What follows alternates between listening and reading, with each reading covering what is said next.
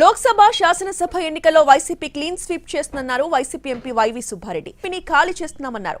సాధారణ మెజార్టీ కోసం కష్టపడాల్సిన పని లేదని 175 సీట్ల కోసమే ప్రయత్నిస్తున్నామన్నారు సజ్జల. శాసనసభ పార్లమెంట్ ఎన్నికల్లో కూడా వైఎస్ఆర్ కాంగ్రెస్ పార్టీ అభ్యర్థుల కోసం మా వంతు కృషి చేసే కార్యక్రమం చేస్తామని చెప్పి step by step clean sweep చేసుకుంటూ వస్తున్నాడమ్మా మా నాయకుడు జగన్మోహన్ రెడ్డి గారు. ఫస్ట్ పెద్దల సభలో తెలుగుదేశం పార్టీని క్లీన్ స్వీప్ చేసే కార్యక్రమం చేశాం.